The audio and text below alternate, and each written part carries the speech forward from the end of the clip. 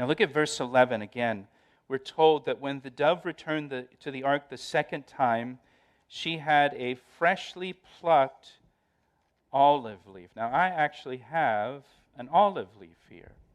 My wife has an olive tree at our house, and so I clipped this off of her tree last night. Please don't tell her, but this is what an olive leaf looks like. It's not much, is it?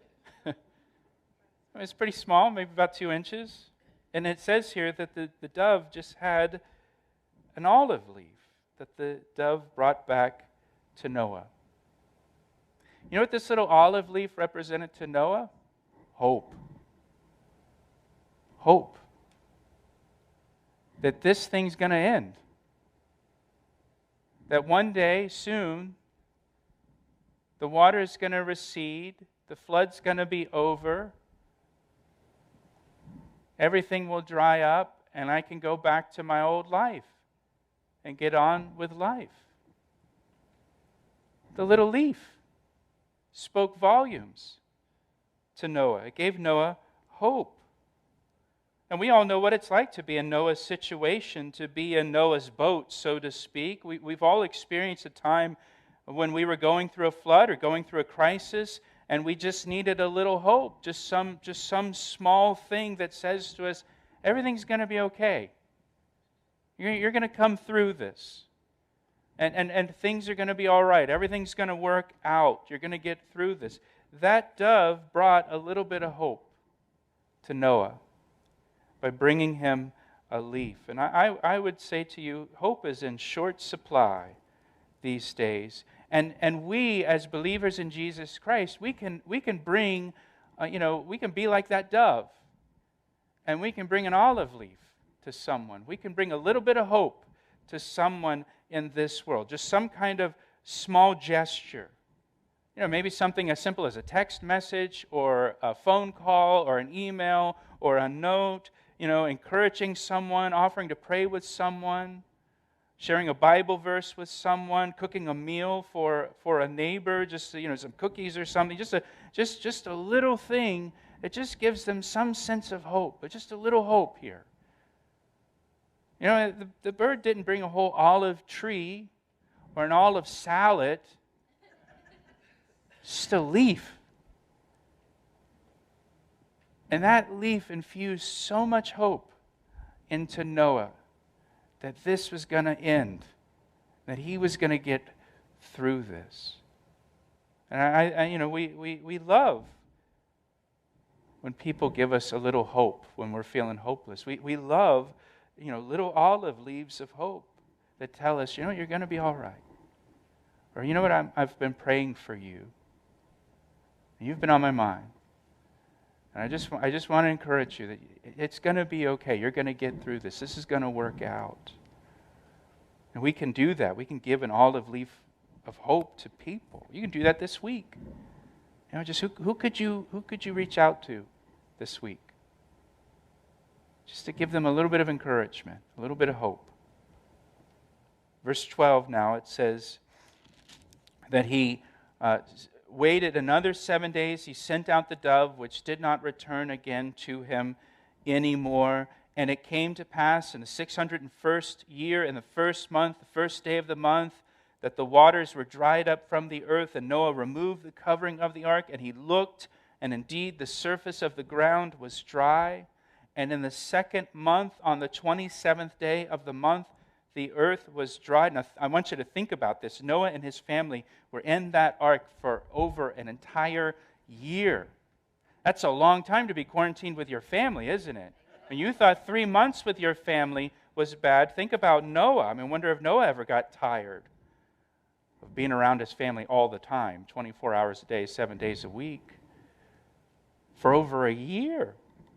And they couldn't binge watch Netflix, right? Or go for a walk around the neighborhood just to get outside. They couldn't do any of that. They were really stuck together in that boat.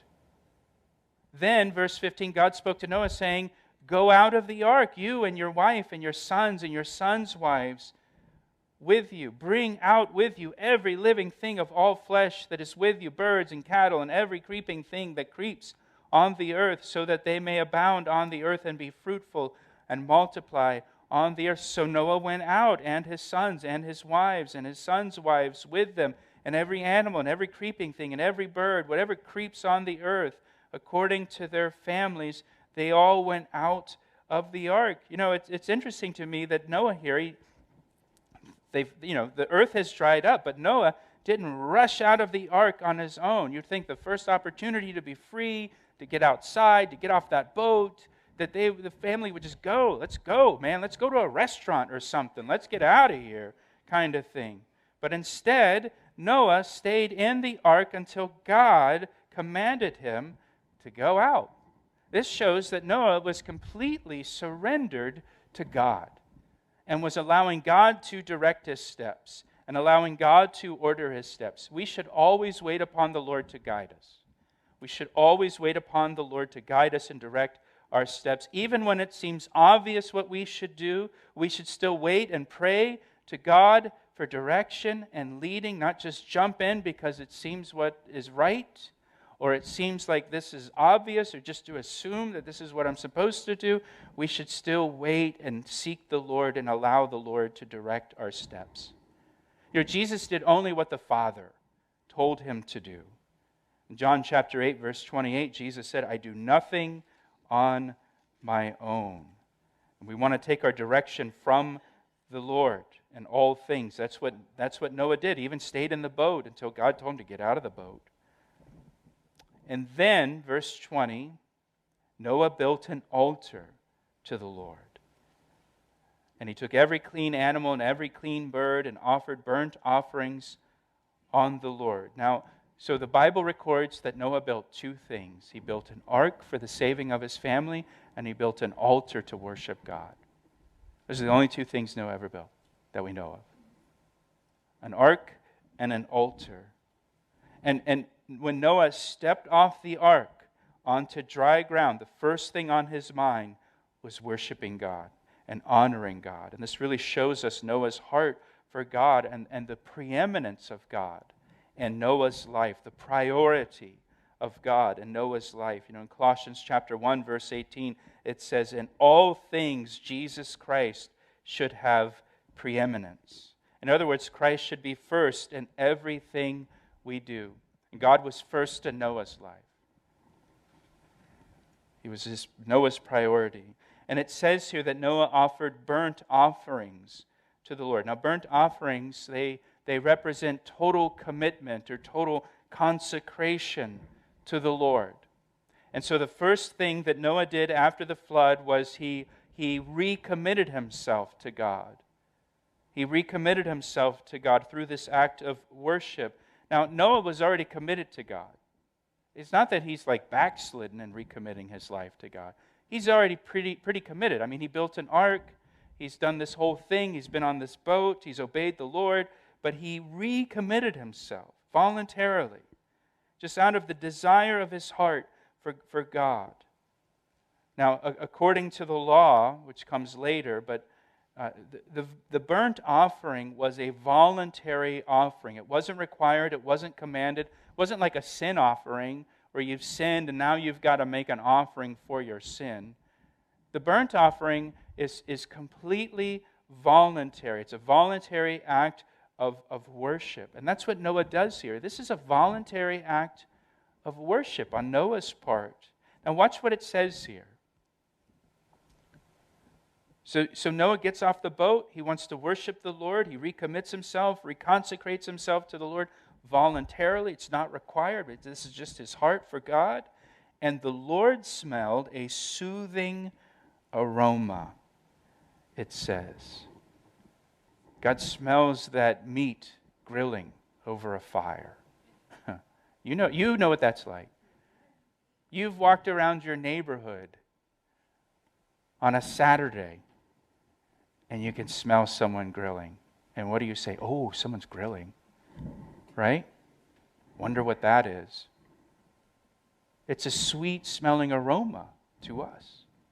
And Noah's offering here, these burnt offerings, they were a sweet smelling aroma to God. It was a soothing aroma, it says. Noah's offering smelled so good to God because it was a voluntary offering. Because Noah did it just out of his own heart, and it blessed God deeply. It blesses God. It blesses God when we just choose to worship Him voluntarily. Not because we have to or commanded to or we feel like we're obligated to, but just kind of on our own because we want to, just out of the gratitude of our heart, right, the gratitude that we feel towards the Lord, and we worship Him, and that blesses God. That ministers to Him. So much so, watch what the Lord says here. In verse 21, the Lord smells a soothing aroma of Noah's offering. Look what the Lord says. Then the Lord said in His heart. The Lord says in His heart, after smelling Noah's offering, I will never again curse the ground for man's sake. Although the imagination of man's heart is evil from his youth, nor will I again destroy every living thing as I have done, while the earth remains, seed time and harvest, cold and heat, winter and summer, and day and night shall not cease. This is so remarkable here. God smells that burnt offering from Noah, that voluntary act of worship. And after smelling the soothing aroma of Noah's offering, God says in His heart, you know what, I'm never going to judge the earth again with a flood. Although man's heart was still evil, although man still deserved judgment, God smells the offering, and God says, I'm going to withhold my judgment. In other words, God is impacted and affected by Noah's act of worship. In fact, instead of judging the earth again, He will bless the earth with seed time and harvest and cold and heat, winter and summer, day and night. In other words, seasons and cycles. These all speak of the grace and blessing of God on mankind. Even though man's heart is evil, God is still going to give him seed time and harvest and seasons and so on. God's still going to be faithful to provide these cycles by His grace. Noah's voluntary act of worship greatly impacted God's heart, so much so that God says, yes, mankind's heart is evil. Yes, mankind is full of corruption and wickedness. No, mankind has not changed at all, but I'm blessed. I'm blessed by Noah's worship. I'm blessed by Noah's worship, and so I'm not going to drown the world in a flood again. Instead, I'm going to bless mankind and be gracious to him. And you know what that's like. If you've had children, and your children can act really rotten, and then they just do something really kind. You know what? And you're just like, all right, I'm not going to kill you. You know? In fact, come on. And I want to bless you. Why? Because, man, it just blesses your heart as a parent to see them do something on their own, voluntarily, not because you're commanding them or forcing them or making them. Just on their own. And in response, you're so blessed by it that you want to bless them. And you withhold your judgment, so to speak. Even though they deserve it, even though there's evil in their heart. Right? And listen. We have evil in our heart. We sin. Every day we fall short. Yet when we choose to worship God just voluntarily on our own because we want to, or we recommit ourselves or reconsecrate ourselves to God, it ministers to Him. It ministers to Him. It ministers to our Father in heaven, so that He says, yeah, you're sinful. Yeah, you blew it. But I'm blessed. I'm blessed by your worship.